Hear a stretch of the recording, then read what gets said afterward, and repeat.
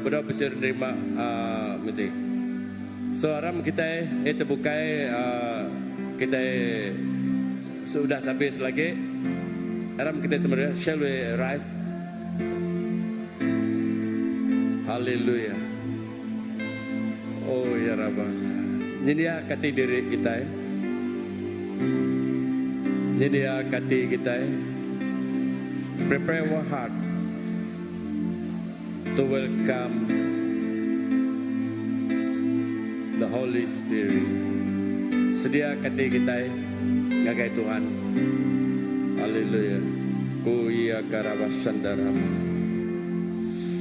Jesus, Jesus. Oh ya rabashandara.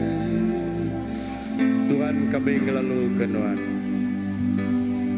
Roh Kudus kami ngelalu kenuan pagi itu. Haleluya. We welcome your Holy Spirit. Welcome to join us this morning. Kami ngelalu ke Roh Kudus. Awak kenuan terus bekerja di tengah-tengah kami. Luar adalah penyawab kami indah ke pagi itu. Oh ya karabashanda karama. Jesus. Jesus. Oh ya rabashandi. Kami ngelalu kenuan Tuhan. Kami ngelalu kenuan di tengah-tengah kami.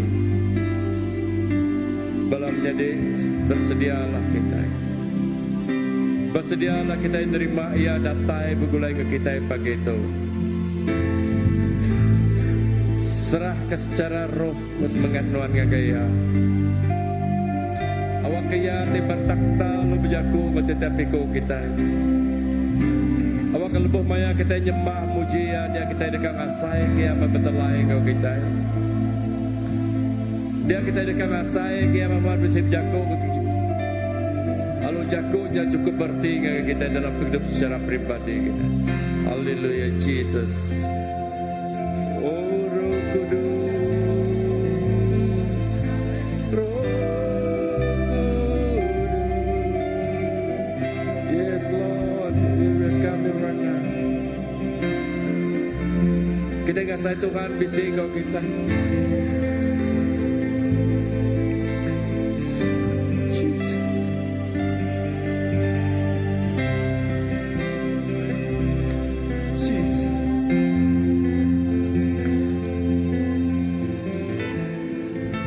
Haleluya. Balamnya di Tuhan bisik. Haleluya.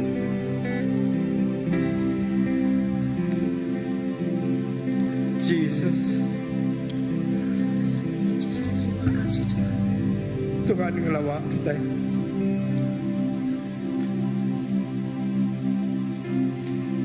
Tuhan ngelawak kita pagi itu.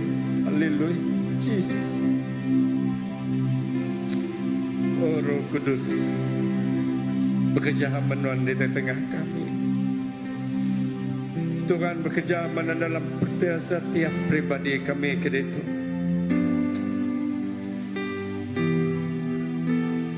Anak ninggal ke siku pernah anak ninggal ke setiap nebiak nuan ke itu Tuhan.